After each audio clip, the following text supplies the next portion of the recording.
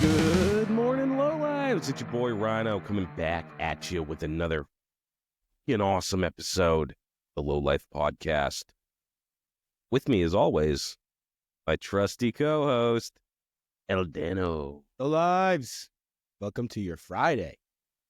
How we doing? I'm so excited right now. Hell yeah, dude. We got some good news to put out. Today was a fucking awesome day. It really was. Yeah, dude. Like, Weird. all my dreams are coming true. It's weird.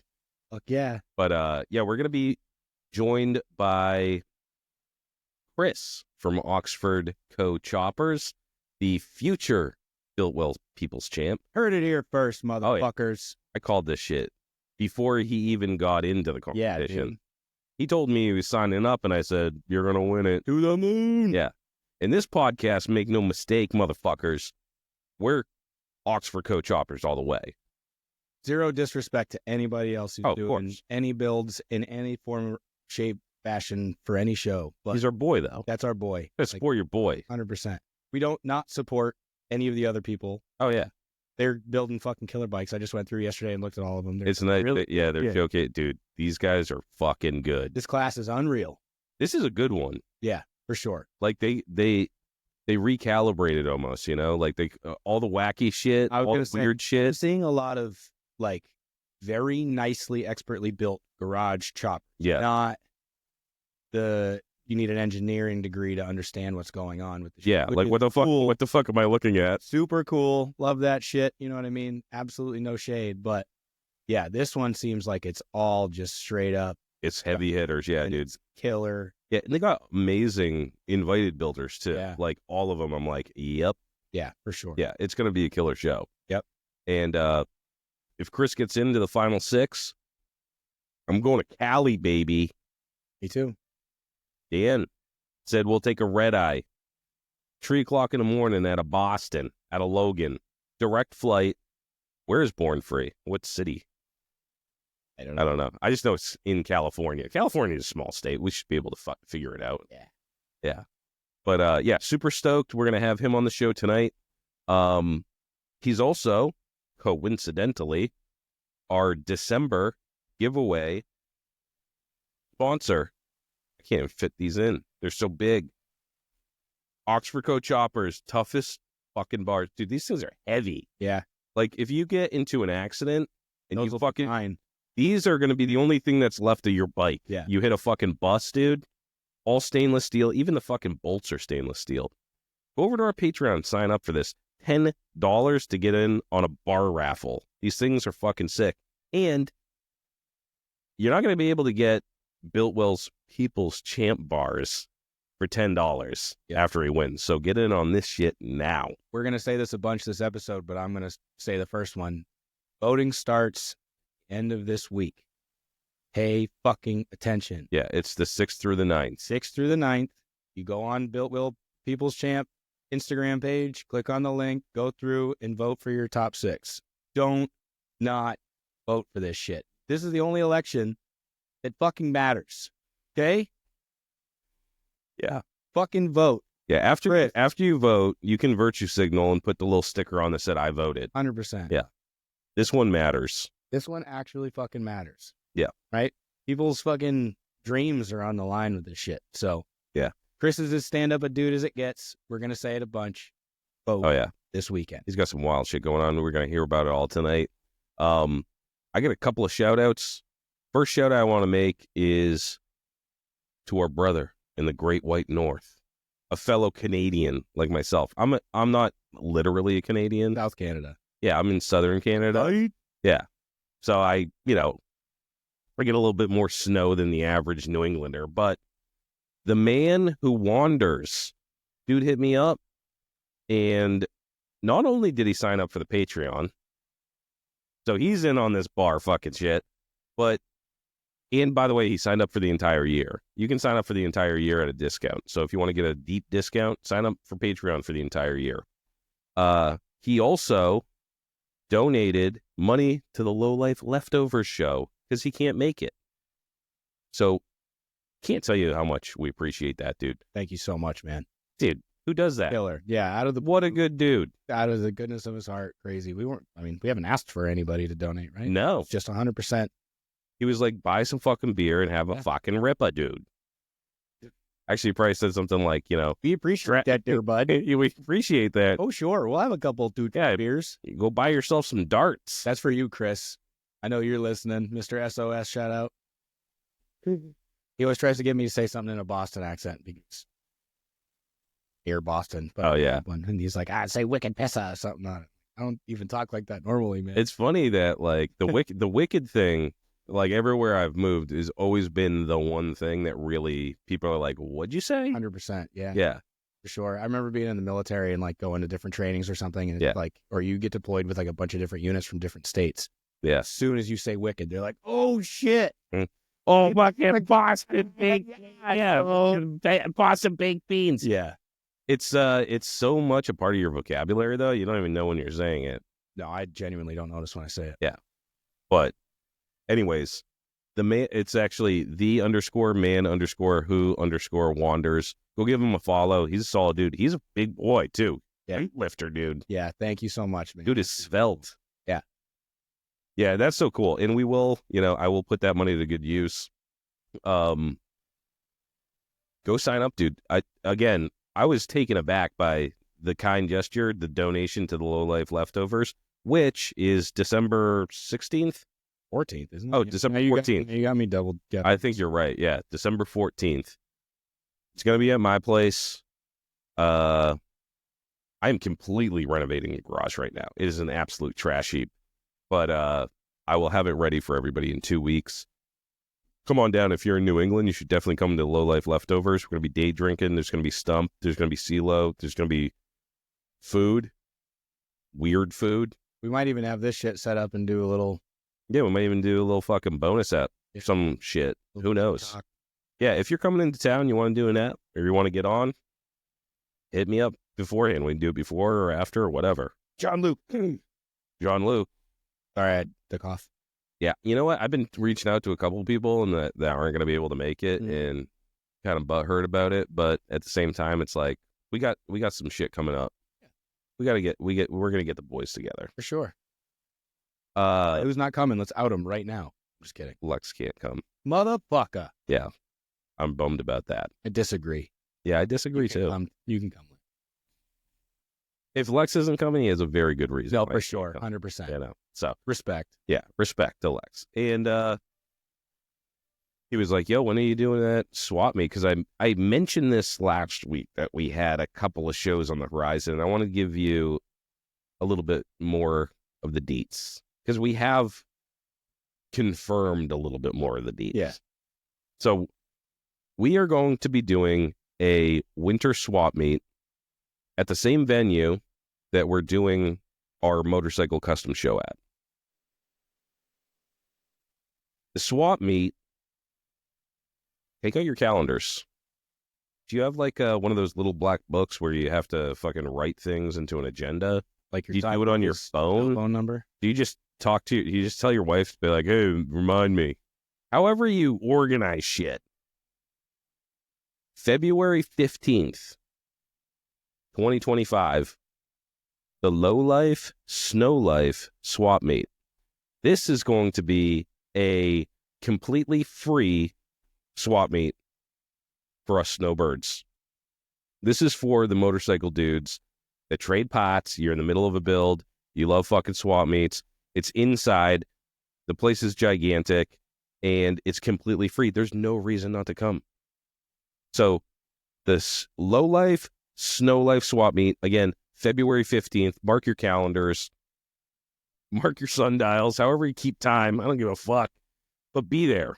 If you have a bunch of trash from your build that you're not going to use, be there. Sell it. Turn that trash into coinage. For sure.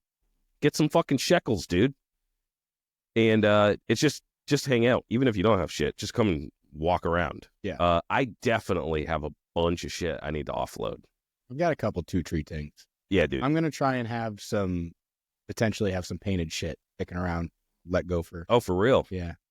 That's nice. Some skateboard shit. Yeah, dude. Some whatever. Nothing super crazy, but I'd like to have a couple things out there and just Yeah. But yeah, it's going to be fun. I mean, if you, like he said, if you're sitting on a bunch of parts, bring them out. We haven't necessarily decided, but it doesn't necessarily have to be chopper parts, right? Like, Yeah, as long as it's, I don't even give a shit. yeah. Just imagine like a swap meet. Yeah, I ain't going to buy your not chopper shit, but if you want to bring it, someone might. Yeah, someone might. For sure. But it's free. So, like, it's not like if you bring all of your shit and you don't sell anything. Like, I'm talking like burnt up wood burning, bring all your fucking gear. Yeah. It's a free swap. It's going to be on a Saturday. It's on a Saturday. And we're going to bang out the deets as they become available. We're just so fucking excited. I feel a tingling below my belt right now just talking about it, because this is something that we lack up here in the Northeast, is motorcycle events in the wintertime. We're going to have a swap meet I think there should be an event every month. Yeah, you do. Yeah. January, right? Last Spot usually does their swap meet. February, we're going to do our swap meet. But March, come on, guys. What's in March? Yeah, somebody do something in March. What's in April?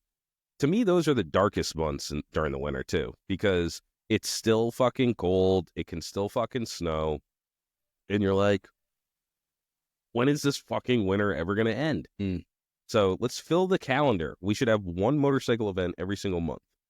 Yeah. Did I swallow fucking like sandpaper or something? Hold on. I got to wet my whistle. Good. Oh, shit. There you go. Yeah, it's going to be fun. Bring your shit. I definitely need some fucking parts. So yeah, we don't have a vendor list going. We're going to probably start that. We'll send out a post. If you're interested, we'll start taking down some names, but it's it's a big facility. I don't think that there's any limit on how many people can be there. It's not very fancy. You're just going to throw down a fucking Mexican blanket and throw your parts on it. Yep. Or if you have a fancy ass booth with your name and shit, yeah, bring a table, whatever. But we're going to hang. Yep. That's the Snow Life swap meet. Shout out. I actually should shout him out because he's the one that gave me the idea. I don't have my phone on me. Dude from Norway. Norwegian dude. Look it up. Yeah, see if it's on the Lowlife page. We'll cut that out. I wonder if that'll show up. No, leave it in. I don't give a shit. He just tooted. Sorry, hold on. I don't even know where I would find that. It was in that poll or whatever, right? No, he just messaged. Oh, it was just a minute. Yeah. Okay, good.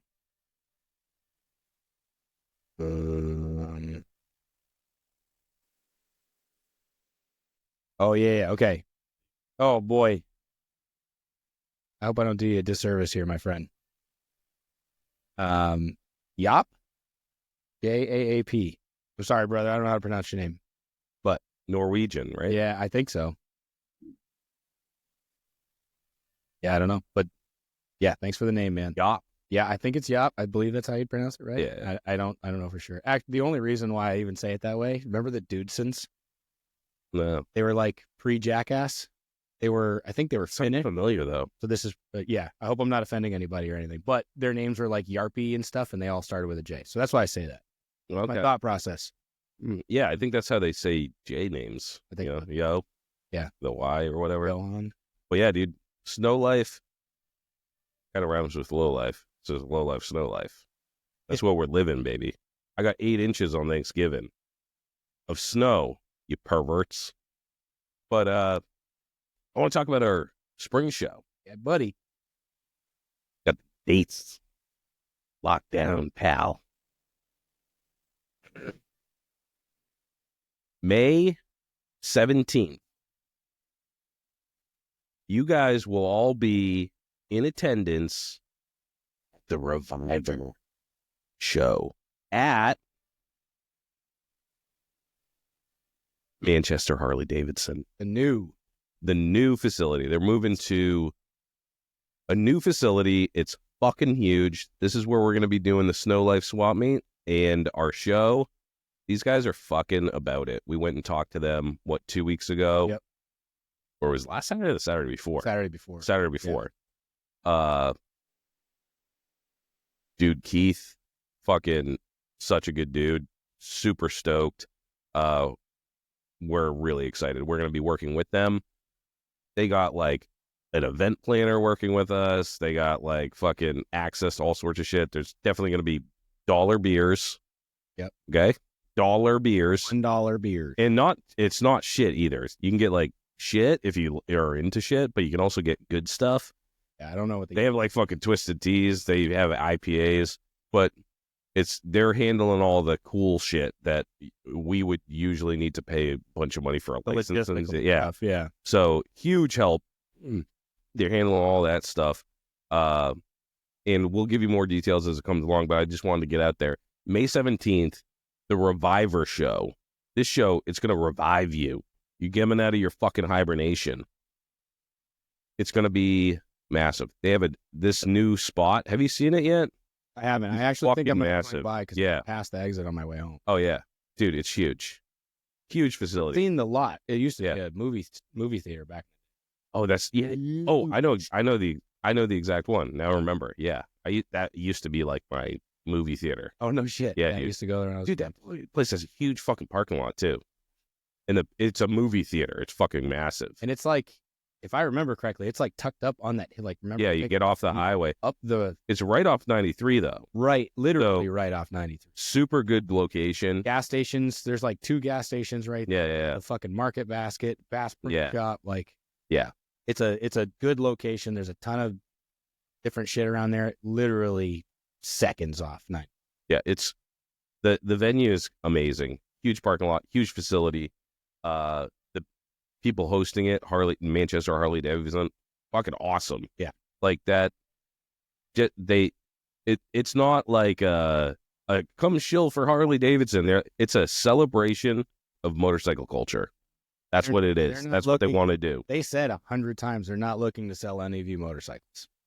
If we got the vibe that it was some sort of like, you guys are just going to be over in the corner. If you want to bring some choppers, cool, but we're going to try and sell a bunch of shit. No, we wouldn't do that. They wanted to throw a party that celebrates motorcycle culture, and we're, the Lowlives and everybody that we know, like, it just made sense, But and huge shout out to Fish for facilitating. Yeah, dude, Fish was instrumental in all this, and will remain so. We're gonna put his ass into helping us plan. He's gonna help us plan. He's gonna be there. But I was just really impressed with the people down there. It's gonna be such a good show. It's all about love, and it's all about fucking bikes and doing cool shit. So we're gonna be planning it. It's definitely, we're gonna have a component that's invited builders. There's gonna be ride and show and all that. All bikes, all types. Yep. Choppers are our thing. Right. We want a ton of chopper. If you're in New England and you're a chopper dude, we want you at our show. 100%. And if you want to be a part of the show, and maybe we don't know who you are, you have a sick ass bike, hit us up. Sure. If you have a sick ass custom, club style, dyno, fucking, I don't give a fuck. If you're gonna be there, like, come on down. We're gonna be doing trophies. We're gonna be doing a lot of the stuff that we did at the Lowdown. But this show is really, about revival, right? It's springtime, getting back in a motorcycle season, and custom culture, like a custom moto show. Yep. So yeah, super stoked on that. Super stoked on the people that we're working with. And now we got a date and a name. We just settled on the name like 10 minutes ago. So to put the cart before the horse a little bit, if you're around, you're listening to us, or you're friends of ours, especially if you were a previous vendor or something of any of the Lowlife Lowdowns in the past, we absolutely want to put you on. So please reach out to us if you're interested. Now that you know the time frame or whatever, you can jot that down your schedule. We'd love to have you. Anything you make, sell, whatever. If you're a vendor, we want you around, especially, like I said, if you support us in the past. Yeah. So all that shit, just start thinking about that stuff. If you got a bike you're working on and you're like going full whole hog on it, and like you want to unveil it at something, like, cool, we're good with that. If it, you know what I mean, ticks all the boxes, fuck yeah, dude. Like, so, and then Rhino and I and Fish too, I'm sure we'll kind of handpick some other local bikes that we want specifically. You know what I mean? So you'll get to see some of the heavy hitters, but we're going all out. We're trying to get everybody and everything here. Yeah. So yeah, and it's the location's a lot more convenient. Obviously, it's like center in New Hampshire. If you're like, Manchester, it's easy to get to. Right. It's right off the highway, exit 10 or whatever. Yep. Off of 93, which is the only fucking major throughway in New Hampshire. So, yeah, plan for it. It's going to be cool. I'd love to do like an after party too. So we're going to figure that out. But right now we got the date, we got the name, and we got the spot. And I'm fucking stoked. So if you want to be involved too, if you want to help with show planning or at the day of or whatever, hit me up and just be like, hey, I'll offer you my hands. Yeah. And it kind of sounds like we don't even necessarily have to take care of a lot of that stuff. It kind of basically the gist that I got personally was, hey, we want you guys to grow this party and we're going to help you however we can. Yeah. Yeah. That's more or less the vibe that I got from it, yeah. Which is unbelievable to hear from a dealership. You know what I mean? Like, yeah, I definitely want to have Keith on the pod because he's a high energy dude. Yeah, for sure. Yeah. He's a custom dude. His bike is sick as fuck. He's got a fully built Dyna. Black and yellow. Yeah, it was painted by After Hours Paintworks. It's full Dyna Bro, gold and black. Like, he's about it. This isn't the guy in the back that's wearing a fucking tie that does your financing when you buy a new bike. Yeah. You know what I mean? No shade to that dude per se, but you know what I mean? Shade. You little bit of shade. Yeah, exactly. Fucking harassing me like last time I got a fucking bike from there. But that's another thing I wanted to point out too. Like, they were very open that like they understand. We get it. We're a dealership. Like, we're what they refer to themselves? I think Fish said it. The Death Star. Death Star. Yeah. Right. So we get it. Like, it's there's a big propensity for like fuck the factory and whatever else. But at the same time, we're all riding Harley Davidson. That's my whole thing. Is like, here's the thing: is I'm not a new motorcycle guy. Yeah. I'll never buy a brand new motorcycle unless they come out with something like old. Yeah. Unless they make their bikes shittier somehow. Right. But I still love Harley Davidson. Yeah. You know, For sure. like, fuck it, dude. Yeah. And these guys are doing it right. Manchester Harley Davidson is like the best in the game. Yeah, and for real. Like, they're like the number one dealership, one of them in the country. Yeah. And everybody that works there is fucking awesome, dude. Yep. They're like, I love going to any of their events that they have. Like, everybody's super fun. Super cool dudes. They're all enthusiastic. Well, I mean, not all. I don't know everybody that works there, but the people that I've met, like the techs out back and whatever. Oh yeah. The parts guys, Fish, who's their driver. Like, they're all bike fans, whether it's choppers or the shit or whatever. You gotta love the motorcycles a lot to go work at a dealership. Because God knows you don't get fucking paid well. But yeah. So, you know what I mean? It's just one of those things. I tried to get a job there when I was laid off. I would go work there in a heartbeat if they actually paid you. But they never called me back. Yeah. What's with that? Yeah. Well, now we can find out. Why did you guys do? Oh, because I'm not qualified. Yeah, right. Oh, I didn't have. Oh. I wanted to be like in finance, 6'5", trust fund. Fuck that job. But yeah, so it's, and I personally, just to put it out there, I've bought 2 motorcycles from them. I bought a used 2006 Dyna Lowrider, and I bought a 2020 Softail. So, it's not lost on us that, that's usually the stigma, and we're not like trying to make everybody fans of new Harley Davidsons or anything, but we just don't want there to be any weirdness that people are like, nah, fuck that. They're doing it at Harley. Like, they're about it. They basically were like, you guys just make this show as big as you possibly can. Yeah. When we sat down, Keith. Yep. He was like, what are you guys thinking?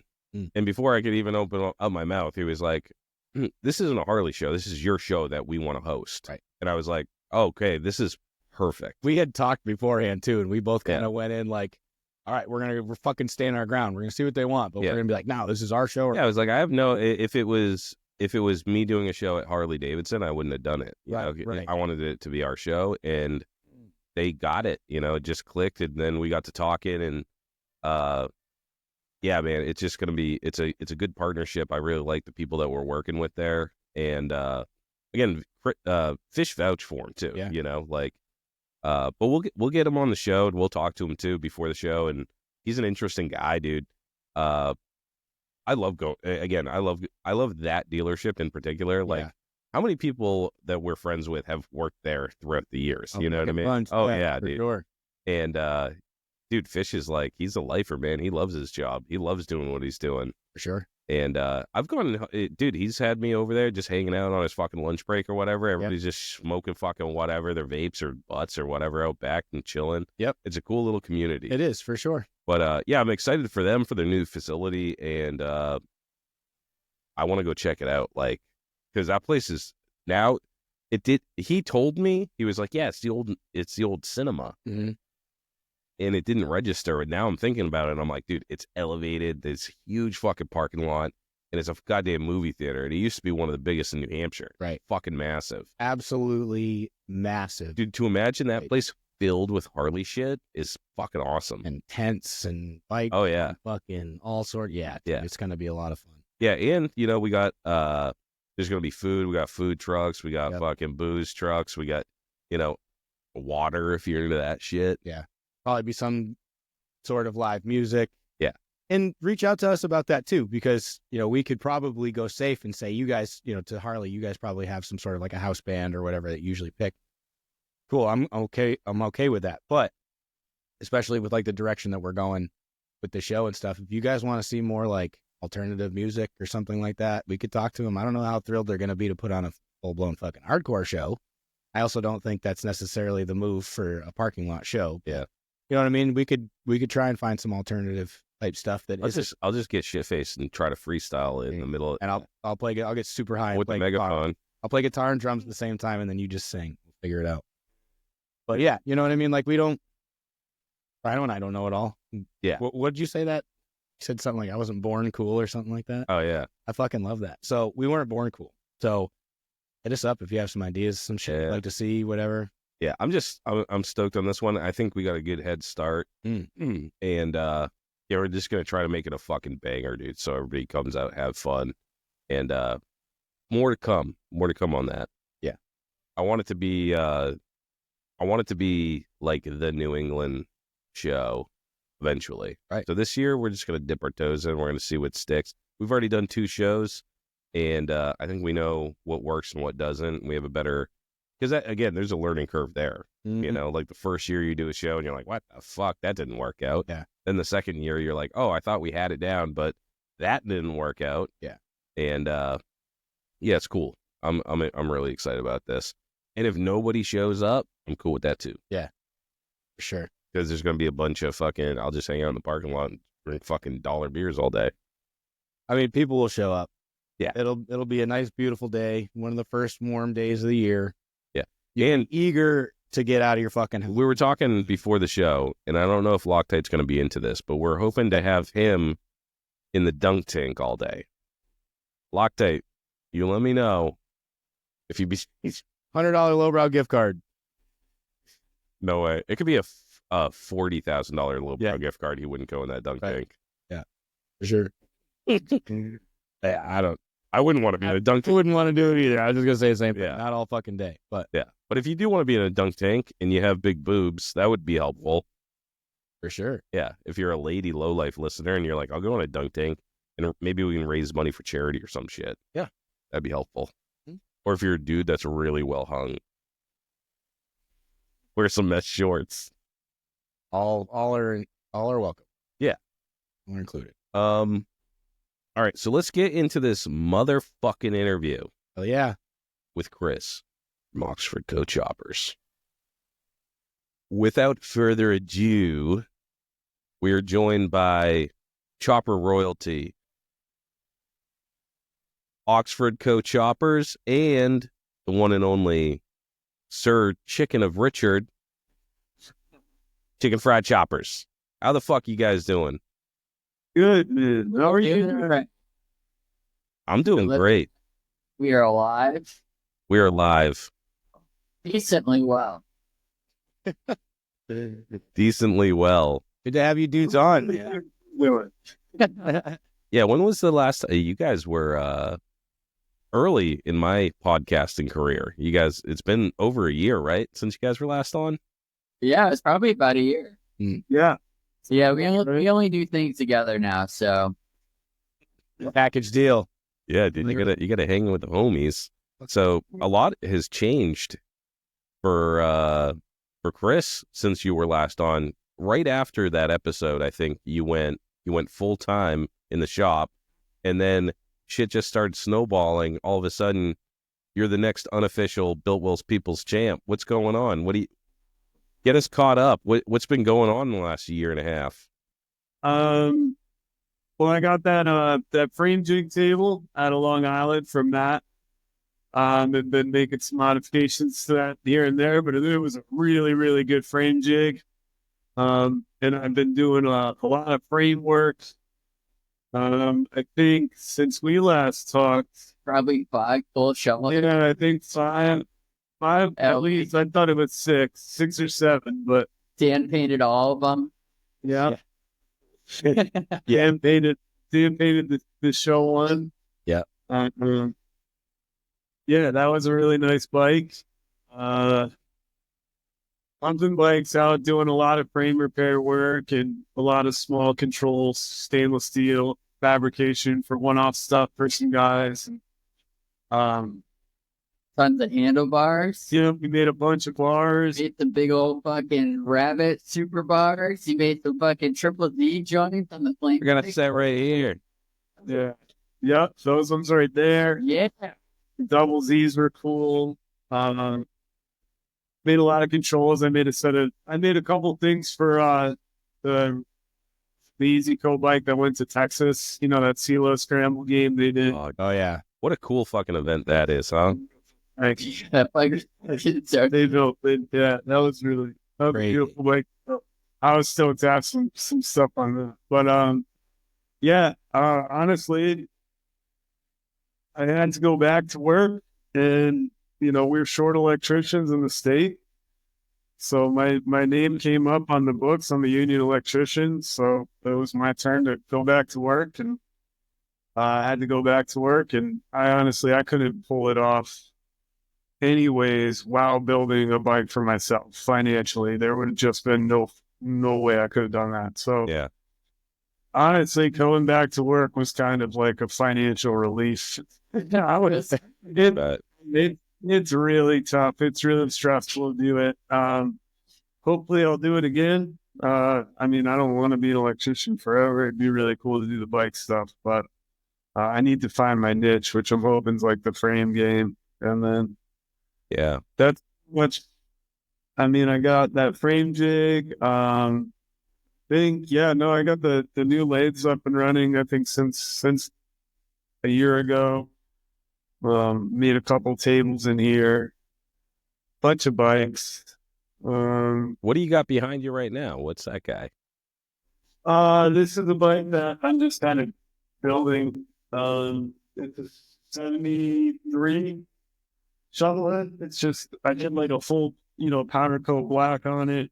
Did a bunch of little small things, set in the little, shrub. Yeah, eyebrow thing. You do that? Yeah.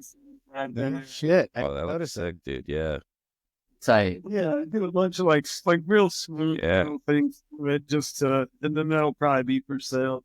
So you're just building that one, just building it for sale. I love that stance, dude. Yeah. That looks tough as fuck. Oh, yeah.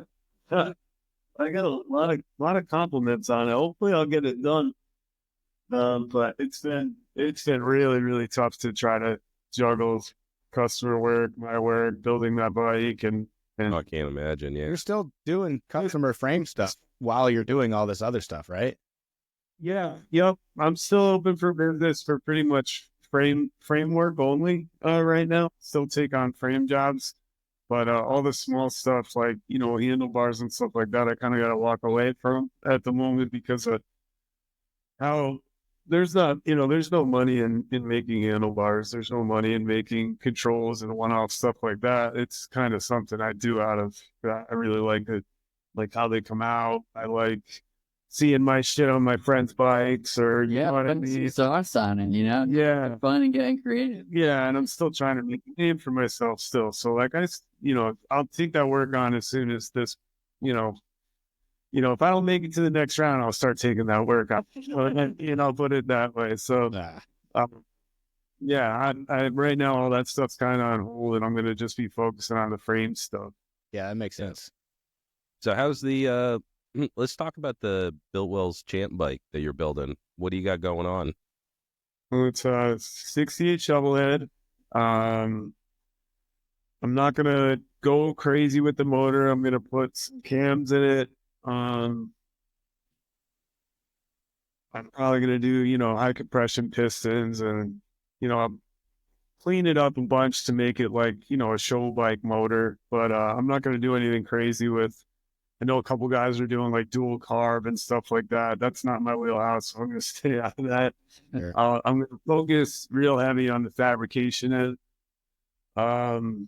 So I just got done wrapping up the frame, and that was a pretty big undertaking. And that was the first frame I've ever built.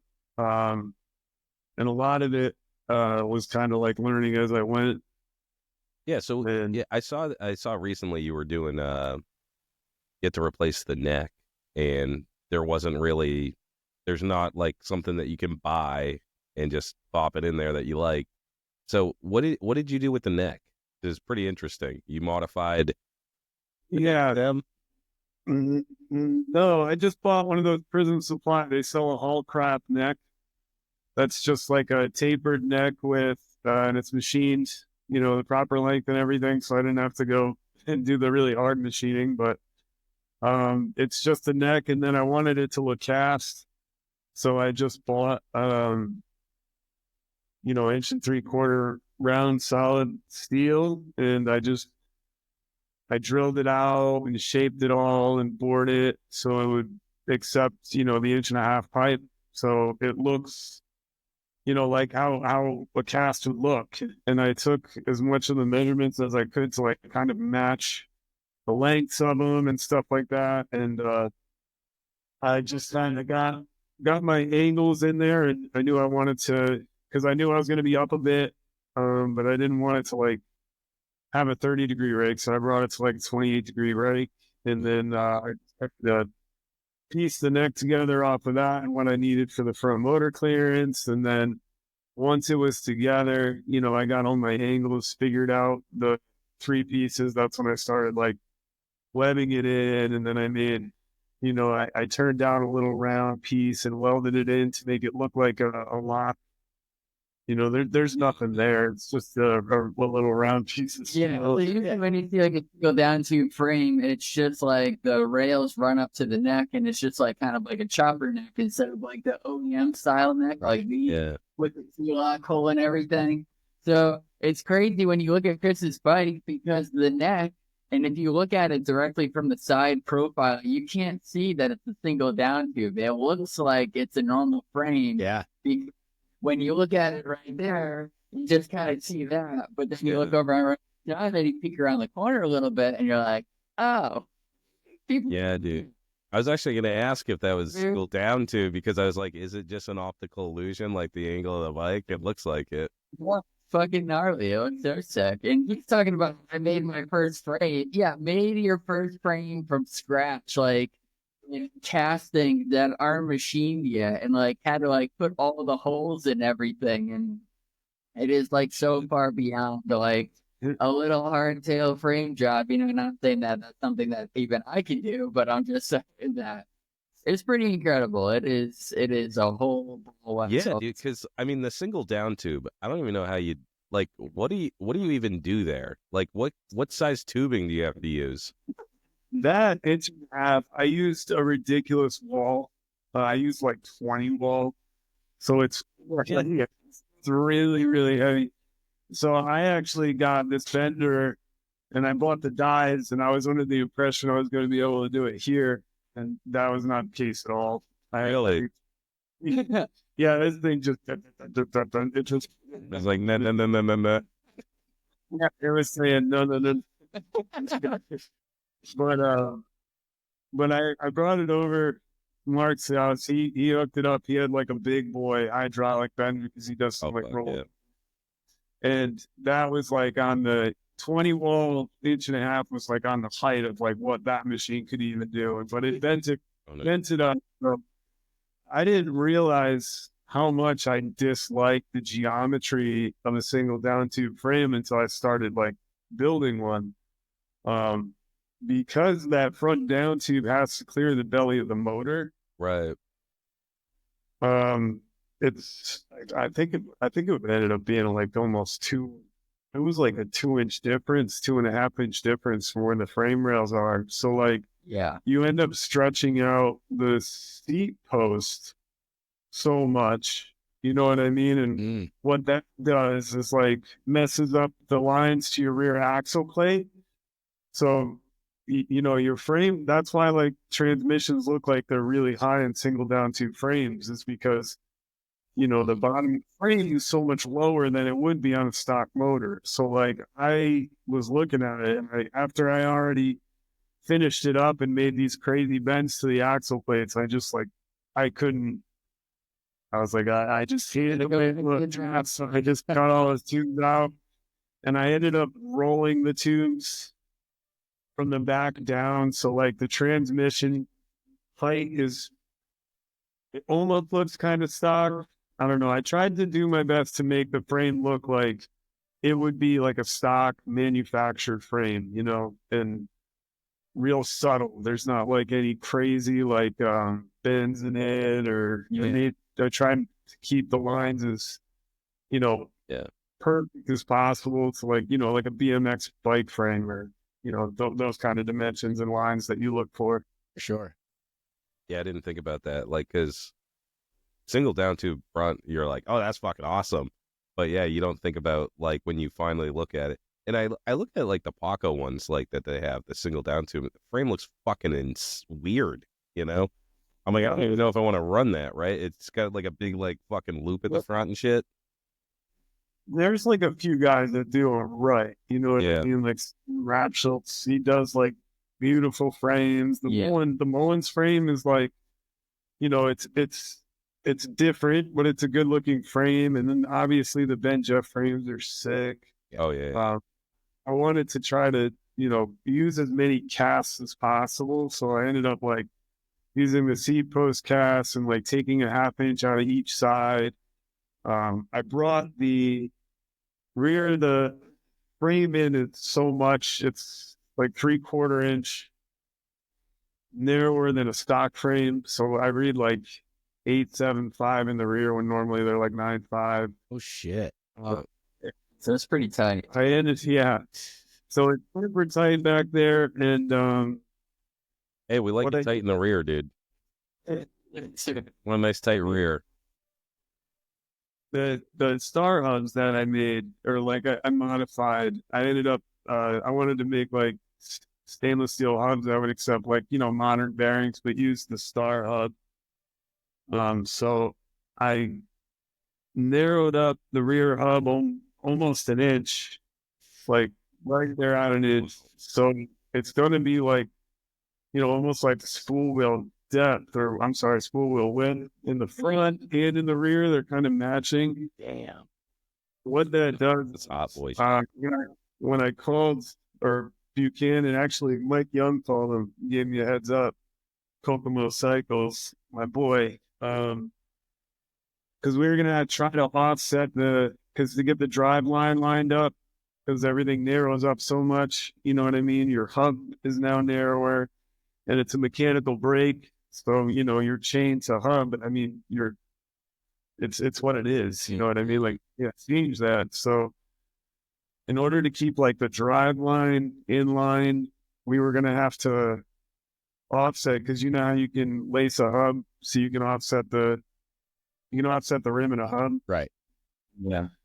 Well, with that, I would have had to offset it like a 1/2 inch. So yeah. So Buchanan told Mike, like, absolutely not. Like, you won't have any tension on half of the spokes. You know what I mean? Like, the rim will fold on itself, especially with the braking and like all that, you know, all the inertia from that. So that got thrown out the window, and I was like stressing because I had all this time into these hubs, and I'm looking at these hubs. I just happened to have like a shop night, and like everybody came down. Bird came down. It was awesome. It was like the best one I had, and I was like, there's a lot of really smart guys in we had the right mind. So I'm like, let me throw out some ideas, and they plumb like fucking magic. He's like, swap it out to a long shaft transmission and offset your transmission. And I was like, he's so good. I fought it for so long because I wanted to keep like the mid shafts because that's like the 68, those years. Yeah. But so I worked out, a barter deal. I did a frame for John and Craig, and Paul at their shop is now actually right now, not maybe that's it, but in this moment, he's swapping out that for me because I have so much going on. Yeah. So that'll actually keep everything. The difference between, I think, the mid shaft and the long shaft is exactly a half inch. So to keep the drive in line, I'm going to have to just make a new transmission plate to offset the transmission from its mounts now. Gotcha. Whatever that ends up being. But everything should now work in theory. So it's fucking crazy, man. Narrowing of the frame. Yeah. That thing is so narrow. I think when I got to see it a couple weeks ago when me and Alex were down there or whatever, it was like, dude, this thing's fucking tiny. What are you running for a rear wheel on that thing? It's going to be an 18 high shoulder, laced to the hubs. Mikey actually cleaned the hubs. I just got the hubs back a couple of days ago. So sick. Yeah, they're beautiful. So good. Yeah, I'm so fortunate. Mikey is like taking this, it's hard to expect that out of a friend or, anybody to be like, treat this like it's your own, but like, he's about it. Like, he's like, we're going to Cali. We're going to Cali. Fuck yeah, man. We're actually, I've been talking to him. We're going to have him on probably in a few weeks or so. Oh, I can't wait to sit down and talk paint with that dude. I won't be on the episode. You might as well not be. Yeah, for sure. That's fucking awesome. Wait, brother.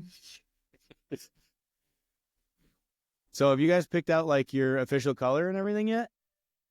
Yeah, it's going to be Narco Gray. The casts are going to be two-tone.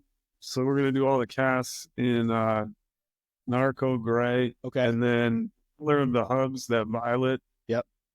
All those with like the heavy candy. That's going to be like the main color. That's going to be the tank, the oil tank. I'm going to have some small details in like the primary cover. I'm going to do some stainless steel details in the primary cover.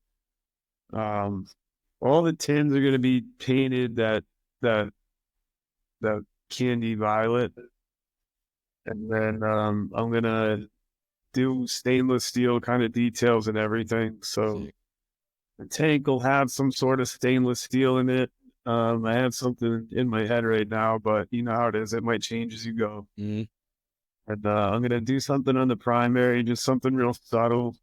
I don't know. It's kind of been like, the whole idea of the bike is for it to be like outrageous, but also subtle. You know what I mean? Like tons of hours and work into like the fabrication, lots of one-off stuff, but you wouldn't know it was one-off stuff. You know what I mean? Unless you knew, so like those hubs, like everybody's like, oh, you bought those Mullins, you bought the Mullen Star hub or something.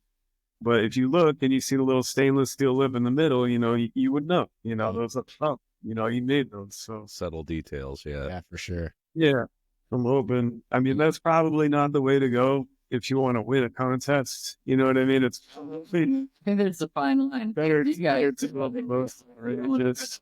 Kitchen sink at something, and like I think, single thing. Yeah, I think that this year is like everybody that's involved in it.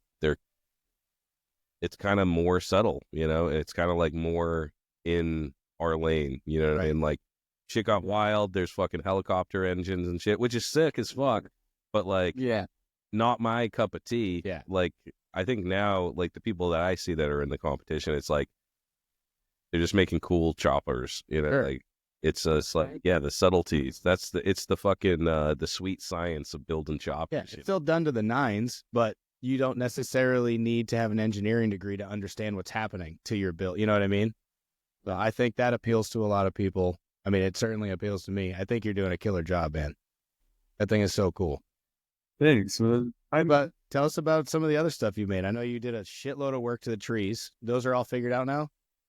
I made those trees from like scratch. I made those triple trees. They're stainless. I thought in my head I was going to cut up a set of regular old line glide trees and just narrow them up. And then I was thinking about it. And the more I thought about it, I was like, I think I could make some triple trees. Like, I was like, I think I could do this. So I talked it out with my buddy Norin, and he's my idea, man. Any wild idea I have before I pretty much tell anybody, or I usually invite him down and I'll talk to him about it. And then he seemed pretty excited about the triple tree idea. So the next day I got like a CAD drawing of the triple trees based off of like my little sketch. And I ended up using that, like cutting, it was to scale. I ended up just like cutting his to scale drawing out and using it to get like a lot of my, template. Like there's no CNC, it's all manual. I'm essentially just whittling triple trees, It's crazy. Yeah, those fought me too. Like I made those twice, for sure. Fuck. Yeah, and like all in all, I made them twice. Like I had to make the lower, and then the lower when that was finally done, and I was able to get it like true and square and everything. By the time that was, because that stainless steel walked on me so much, and there was so much blending, and like I had triple trees out of the shittiest material we could possibly make them out of. Dude, stainless sucks to work. I mean, it's just tough. It's just hard. You want to drill a hole and tap it. It's just like you need a half a day, And in the trees too, aren't the trees cut with like an offset in them for the tube? Like the tubes aren't there perfectly straight, do they? Yeah, they do. Oh, they do. Yeah. There's no offset. No, where you'd have to like machine them at like a degree. No. Everything was straight. So yeah, I just turned down the outsides. I just bought some really thick round stainless steel and just turned down. You can see I documented it all pretty well if you want to check it out on Instagram. Or Definitely. I've even like done a little like a folder for the People's Champ stuff. And like I rifled through that thing the other day, and I was like, "Oh, I've been pretty good at keeping this thing active." You can see most, like I saved a lot of like stories in there and stuff like that, where you can almost see like how everything's kind of built and made, and how little of life I have. Crazy. No, it was cool though. Like, it's an ambitious project, right? And you want to do things like your own way, and like even right down to the fork lowers, right? You can't just shave down fork lowers, right? They have to be all fancy. Yeah. What exactly? But every time you do something like that, there's a chain of little problems. Like, how do I even get this thing to sit in the fucking lathe? Like, tell us about those lowers that you made, because those things are cool as shit. Yeah, I mean, there's a lot of guys that do it already. I haven't seen too many tapered lowers. I know Nate Plum did a set. But what I did was I just took a more modern Showa set of lowers. And my first round, I ended up like machining tapered. Not machining tapered. I ended up cutting them about halfway down, and then, butt joining them there. I'd cut like a little lip into it so they made properly together. And then I was having some, issues. Yeah, I would cut it, probably around halfway up the tube. And then this is a tapered one that I made it to, say this lower here, and I would cut a groove into it. And I was having a tough time welding the cast aluminum. They got me through a few settings, and it just started going like butter. So I felt really good about the second one I made on the first set. I still was a little up in the air on the first one that I made. So I did all this other stuff knowing that I wanted to remake these. So when I did them the second go around, I ended up just cutting off, where the seal ends at the top of the fork. I cut it off right there where you have the most amount of aluminum and, most amount of, and there's no action there. You know what I mean? So there's nothing that could go wrong. You know what I mean? Like, even if there's nothing that could go wrong, so So I ended up just, throwing these to the side and, started with those other ones and ended up finishing those ones up in like, I think like a day and a half, which is kind of unheard of for anything that I've done so far on this bike. But I'm so envious. I'll see like somebody will write, and be like, mounted my fender today after work. Like, fuck. It took 6 hours to put one of the little brackets. Not that it would be anything special. It's just how things seem to go around here. I don't know. I mean, Yeah. well, Yeah, so sometimes you see people just like cranking shit out, and you're like, "How the fuck do you do that?" It takes me forever to get anything done. Yeah. Well, yeah, because you think about it and you're like, oh, I'm just going to mount this fender. But then, like, once the fender's in your hand and the bike's in front of you, it's like, okay, how am I going to mount this to where everybody's not going to make fun of me as soon as they see me, Yeah, Like, you can't fuck this up, Yeah. And then you catch the oil bag or something. You're like, oh, I could do that mount real quick. And then, well, at least that's how it works for me. And then I fucking ADHD my way into God knows what. Yeah. clean in the garage. Yeah. That's actually been my good warm up lately. Like just going down cleaning, and then that'll get me in, by the time things look good, I feel like working, Yeah. Right. Sure. My ADHD is crazy though. I totally understand that. I've never seen anybody move like you, bro. I tell people all the time, when you came up to pick up those tins and we were like measuring the sissy bar and stuff, I could not fucking keep up. I was so lost, dude. We hit that joint or whatever, and I was for one, I was zooted, but for two, you were just like, all right, boom, boom, this measurement, that one, bop, bop, bop, bop, bop. Hey, grab that, grab this, blah, blah, blah. And I was like, what the fuck? It's super impressive. And not for nothing, dude, like, I feel like you're like that all the time. You're super fucking focused. So it's good. Yeah. You have ADHD, but you can fight through it, obviously. It's good and it's bad though, like anything. It's good when it's like production and things are going, but like I came home from work yesterday and Kayla was like, how come you didn't eat your lunch? I'm like, the truck's not running good, Like, it fucks with me so much to the point where like, so that happens with shit down here where like those triple trees was like 2 weeks of like hell, but like, it's so rewarding and it's so much fun. But yeah, I don't know. It's good. It's a blessing and a curse for sure, Yeah. I feel like that you're good at like putting stuff down and kind of just tabling it and be like, I'm gonna come back to this. I'm gonna think about it a little bit more. Whereas like and just fucking ruin it. And then that's because I learned too much shit and I learned too many lessons. Oh man. Well, all right. Well, now we're a week out on these replacement parts. So. Yep. So let's say, like, when did, and people that didn't listen to the first one, when did you decide that you were going to go out for People's Champ? Like, did you just happen to have a bike, or were you like, I'm going out for People's Champ, and then went and found a bike, or like, what happened? My whole plan was to do what I'm doing now, but enter the next year. Oh, next year, 2025. Yeah, I was hoping to have like a frame together, you know what I mean? And because like like already have it all set up and be like, this is what I'm doing. Yeah, something going, because I pretty much, I don't know. I just like one day just was like, you know what, fuck it, I'm gonna do People's Champ. It'd be good for the shop, and you know what I mean. And then I sold my bike, and once they announced the dates for submissions, I think I bought that 68 like 3 days before submissions were supposed to go in. So, and then I was like, all right, well, I'm this far, like, let's do it, And another huge thing is I really want to ride back from California.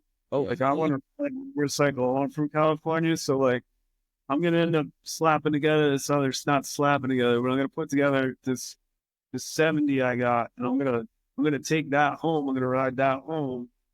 And Derek, Derek Savage, and so far I know he's coming. That's going to be like, hopefully fucking, like, I'm only getting older, and you know what I mean? I don't know how much longer I can, pull off doing this kind of stuff, I guess, Yeah. So it's been a bucket list thing for over a decade of my life. And Yeah. it seems ridiculous that I haven't done it at this point, considering like my whole world revolves around. And like I love building motorcycles, but I definitely like riding them a lot more. You know. Yeah. So I mean, Dude, that's awesome. So how do you get your bike out there? Are you shipping the bike out there? Are you riding out there with the bikes, and then someone's gonna drive them back? I think the plan is me and Taylor are gonna see the country in the truck, and I'm gonna take the truck and see if somebody can bring a bike out, because there's a few guys going out there from this way. I mean, hopefully Dick Brent gets through. But if not, if somebody can't bring a bike, then I'll tow a trailer out there, I think. And then I could probably put Derek's. We'll be able to bring all the bikes back there, and then Kayla will just drive it home, and maybe one of her friends will fly in and join her on the girls' trip back home. Oh, there you go. Hell yeah.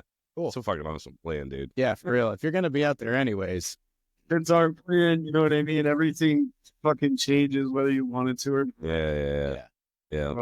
that's the goal, that's the dream right now, and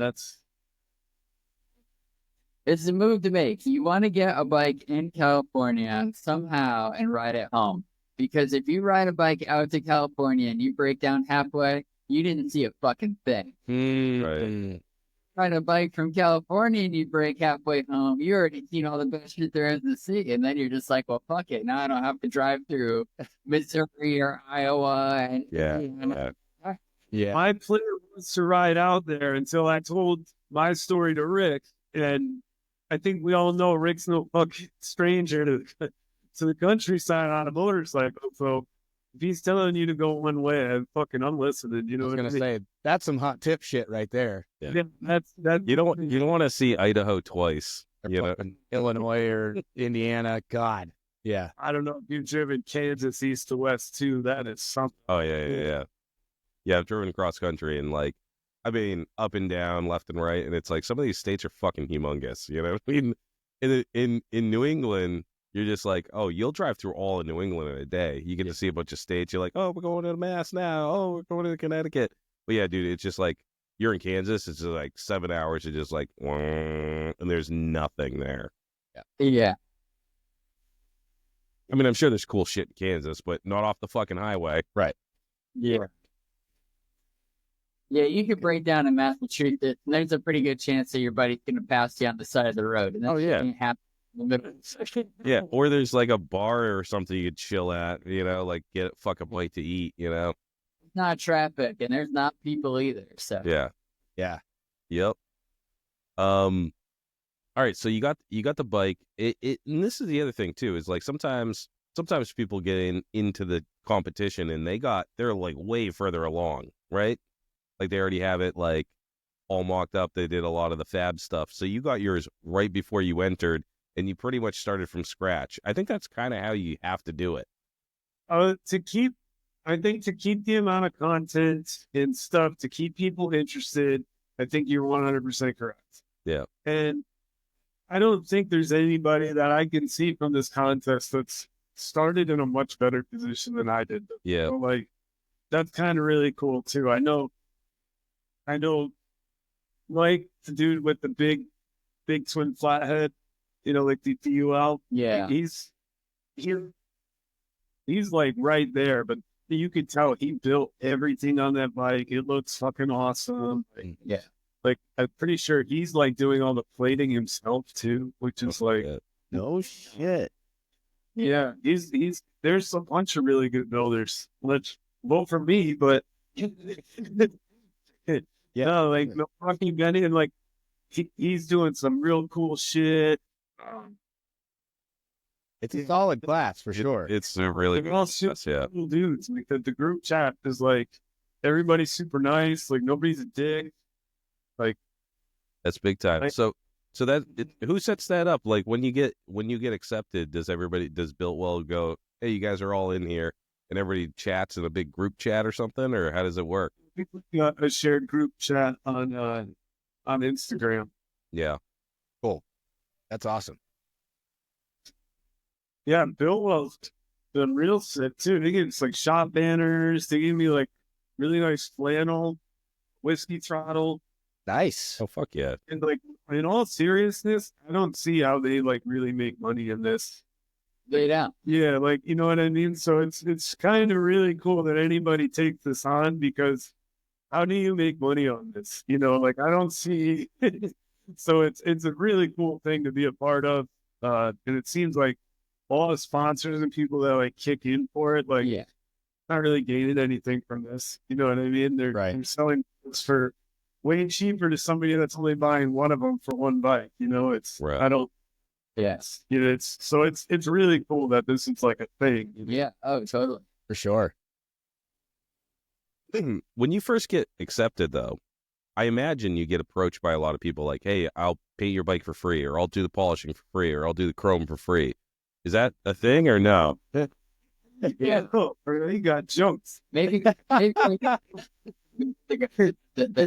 people got hit to how that doesn't work out so hot. Oh, yeah? Okay. I don't know. Yeah, I mean, Mikey is doing this paint for cost. This, you know, obviously I'm going to do my best to throw money his way, but I'm broke now, and I can't imagine how much, you know, more broke I'm going to be as the days go on. You know, so like I bought like the coin thing, so I'm like racking. I got to buy Magneto. I sent Rick a video last night. I got Oh my God. the fire. I'm counting coins, trying to get my Magneto money together. The phones out. The coin? You going to the coin star to get a Magneto? Dude, What are you got any better ideas, man? You got to do what you got to do. What does a Magneto go for these days? Well, I want the G5 Magneto, which has the impulse coupler on the bottom, and I'm gonna run my pipes kind of like split on each side of the bike. So that's gonna create like a pretty dull spot, you know, and that side of the motor there, because the front pipe, especially on a single down tube where you have all that big frame rail coming down underneath the belly. So I want to throw like a big, you know, big old G5 on there. Those are I think probably the more expensive Magnetos they sell. I think yeah. it's the Magneto. they're $2,400 or something like that, but they're Yeah. that's the only thing I'm gonna have to really buy for this bike, though. Everything else has been under a few $100, and I've been making everything else. Making it saves a lot of money, yeah. It's stainless steel than I do anything else at this point. Mine is Right. transmission. Damn. Shit. So, like, do you already have the bars picked out or made? Yeah. Yeah. Yeah. You getting some zombie performance? I'm off lowbrow. Oh, Millwell sells bars. We'll have these. We got an order in the There you go. I run their throttle. Yeah. Yeah, I'm gonna make a set of everything on the bike's gonna have, not everything, but a lot of it's gonna have. Rick pointed out before I even noticed it, it's gonna have like tapers on everything. So like, you know, motors have those long tapers on them. The pipes, I bought some cones, some megaphones that I'm gonna slash cut, and those are gonna be like a long taper. So I think like, you know, the sissy bar, I'm gonna do like a 3/4 taper down to 5/8. My bars, I'll probably do like 1.25 inch taper down to 1/4, and then they'll mesh into like a cast riser. But those will all be like finished. There's only a few things that I'm going to get chromed on the bike. The bars are going to be one of them. Because I'm going to get that cast smoothed out and try to get it, you know what I mean, to look like a super smooth, you know, and then it'll have the step down, and my plans to run like an internal throttle, utilizing the little notch I cut out in my triple trees for the, you know, line running, and it would run right into a cast like it typically would on Harley Davidson. So Okay. if I can kind of keep those, you know, subtle little hints, you know what I mean, to the OG and Yeah. stuff. Actually, I want to talk to you about the internal throttle, because me and Dan both fucking went down that route, and we had no luck. What, how do you make a successful internal throttle work? I'm not gonna give you a worthwhile advice, man. I don't. Yeah, I've installed one, and it was already on the bar. I literally it came with the bike. I just put it on. It was already all set up for it. Okay. I think you have to I don't know. I'm gonna be lying if I say anything. My buddy John had him on a couple of his bikes, and I'd probably get on the phone, John Dunn, before I mean, obviously I'd look at it for a little bit. I'm sure I could probably figure it out, but I would call him and just ask him like, hey dude, what should I look out for here? And he'd probably tell me right. So, yeah. The only thing I ran into, mine, I don't remember what brand I had, but oh, sorry, Rick, go ahead. No, you're fine. You don't have an adjustment, right, on the cable. So that's where like Brian Stanley's on his the purple knucklehead? Yeah, the purple knucklehead that he built that he won Born Free Texas with. He put an adjuster, like he made his own cable and put an adjuster on one side so you could adjust it out. Because usually you would just cut like the round nubby part off, at least on like stock Ironhead bars or something like that with the internal throttle, and then like bolt it in there.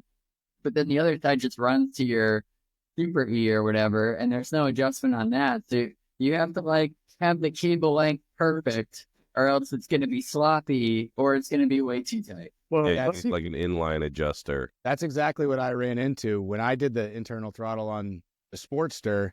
When I would turn to the left, it would accelerate. So I couldn't run it. But you take really quick left turn. Yeah. It worked fine. It ran fine, like when the bars were straight. But as soon as I turned left, it would accelerate. And I couldn't figure out the throttle length. And I just said, fuck it. And I ran a regular throttle. Run the early B that you actually vaporing for me. Oh, yeah. Fuck yeah.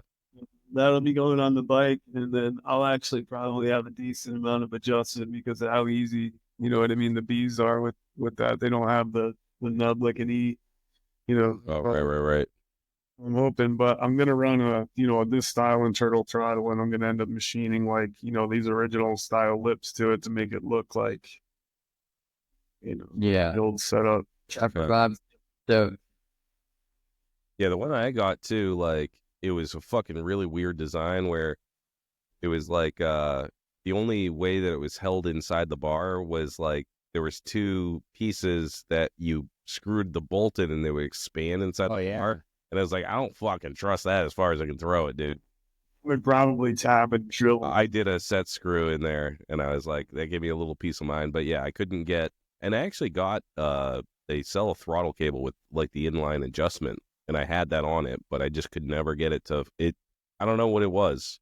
Like, I couldn't get it to respond appropriately. Yeah, I remember you having some issues with it. Yeah, so I was like, fuck this. I put a regular one on and I was like, yep, that works. Yeah, but that's show bike shit for sure. That's like, I'd love to do it though, because like it's so throttle cables are so easy to route. They're so small, and if I could get one that would actually just work, right? Yeah, no, you're much more capable than we are, Chris. You'll figure it out, I'm sure. Yeah, I gave up way too fucking. When I have a problem and I have a shop night, Dan comes over and we don't figure anything out. No, end up working on his truck or something. I need Nate to come over. Hey, Nate. Yeah, you need figure more this fucking hard shit out. Need some more capable friends. Yeah. Bunch of dumbasses. Yeah. So are you willing to show us what you got going on? Or are you trying to keep it wrapped? Yeah, we're gonna take a walk. Yeah, we don't have to show it. You said this. Totally. No, you have pictures of it. I gotta post up. Rick came over and took all these awesome pictures. I'll let you carry. I'm gonna drop it.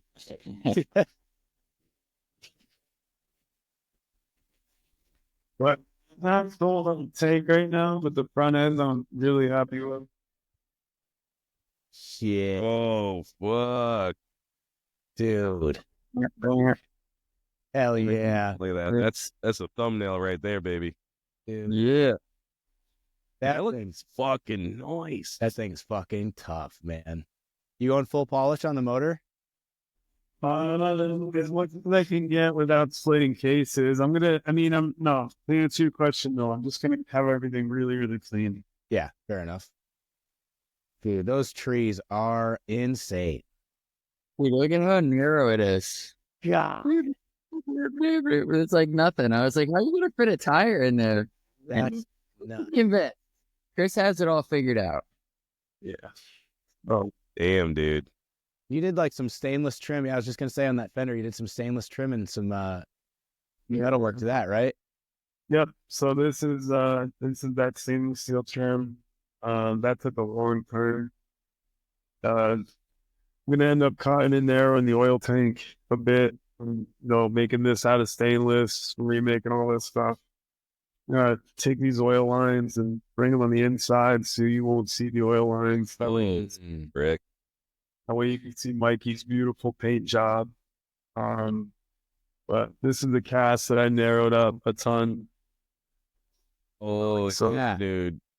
So it makes the rear of the frame look much more narrow. Yeah. I don't really know how I feel about this tank yet. I mean, I'm going to make my own, but it's almost, I'm almost thinking about a Switzer tank, but I don't know. And like he was talking about how the single is under the belly of the motor. Yeah. So usually your frame rail would be like here Mm-hmm. and all the way down here. Yeah, no kidding. And you can kind of also see how like this tapers, Yep. like rolls up instead of it being flat. So it kind of like sucks up under the transmission a little bit and makes it look like that, you don't. Yep. Dude, I'm so glad that we did this visual because I did not understand that before, but now seeing it, like Yeah. that's a huge difference on the front there. Yeah, and if you look at, am I going the right way? No, this way. If you look at it from this angle, it looks like a stock frame. Like you have the neck that looks all appropriate and everything. And normally, like if you're looking at it from this angle, you wouldn't see the other tube on the other side. But I mean, it's fucking nuts. You did a lot of work, and I'm glad that I'm standing here to make sure that. Let me show you from the top view. This is looking down at the triple trees. Oh God, that looks so fucking tough, dude. Those are tiny. That is so fucking narrow. Dude, look at that neck too. That's unreal. Yeah, I fucking love that. I can't wait to see this thing. I know, bro. Holy shit. Dude, look at that little tiny. Oh, that's so tiny, dude. It just looks like the motor's floating in space. Like there's nothing under it. It should. Dude, I'm sorry. I'm fucking this whole. Yeah, where is it? Where's it mounted? Where's the mounting on the front there? Does it mount on the front? Yeah. Okay. So usually, like the front motor mount for a single down tube would like be up higher. Yeah. This was originally your rear motor, front trans mount. I ended up cutting it up a bunch, flipping it, adding a bunch of metal, machining down some metal, welding it all together, blending it a bunch of times, and then trying my best to make it look like some sort of factory cast that doesn't exist. Like that one, I had nothing to go off of really. So I feel like I could have remade that one like 4 or 5 times. I just, time's not on my side. So yeah. Damn, dude. Unbelievable, man. That looks great. It does look like it's fucking floating in there. It really does. You can see a little peak of light underneath it. Mm-hmm. Yeah. So we'll have a pipe coming around here. I'll go this taper. Yes.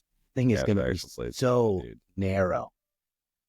Dude, that thing's so fucking narrow, if I sat down on it, the motorcycle would disappear in my ass crack. Oh, yeah.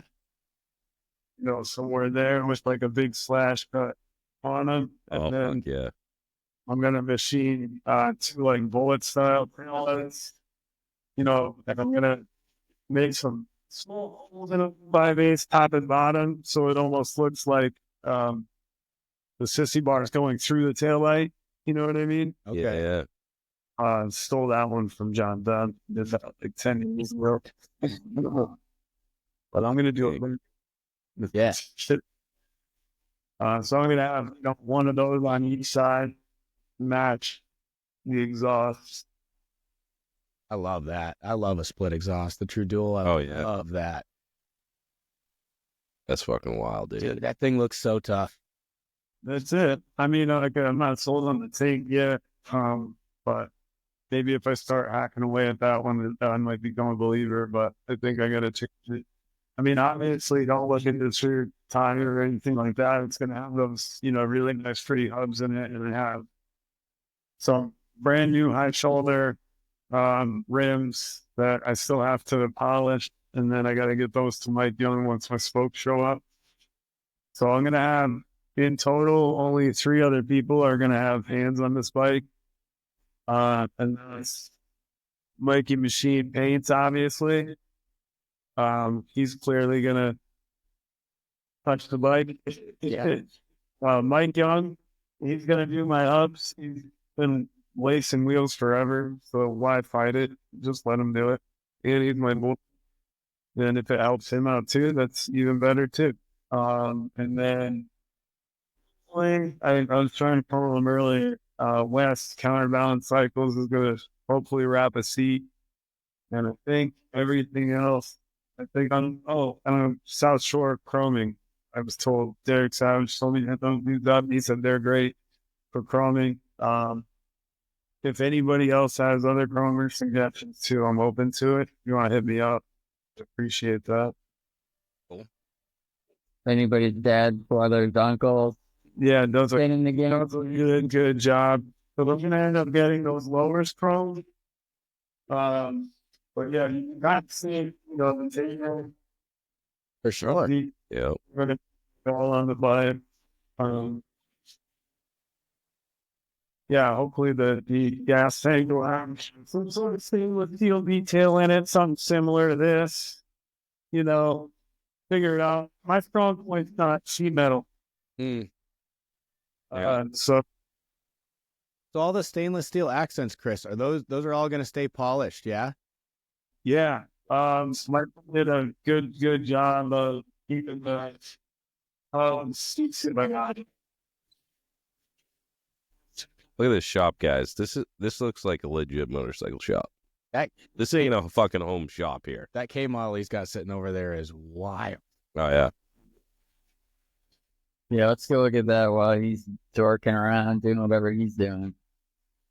This thing's nuts. Look at that. Oh, dude. Hey, Is that a grasshopper? Yeah. Fuck yeah, dude. That's so cool. That looks so fucking cool. Yeah. Oh man. Are you kidding me, bud? Holy shit. Bizarre. That's nuts. So this is actually the brake sign, obviously. And the this one up front is going to look obviously like a spool, but Holy shit. That's so sick. That's such a dope color. it really moves a lot and does a lot of it. There's a lot of action in the candies and like there's nothing like, I don't know. There's nothing cooler than like when a painter gets excited about painting. You know that firsthand, man. Like when somebody gets excited about something, you get the best possible job. You know what I mean? Like, and not to say that Mikey wouldn't have done it regardless, but like the fact that he really, I could tell, like likes the direction of all of this. Oh yeah, Like, and my ideas are working really well with like his, and it's just, I don't know. It's it's exciting. Like, it's really cool. For sure.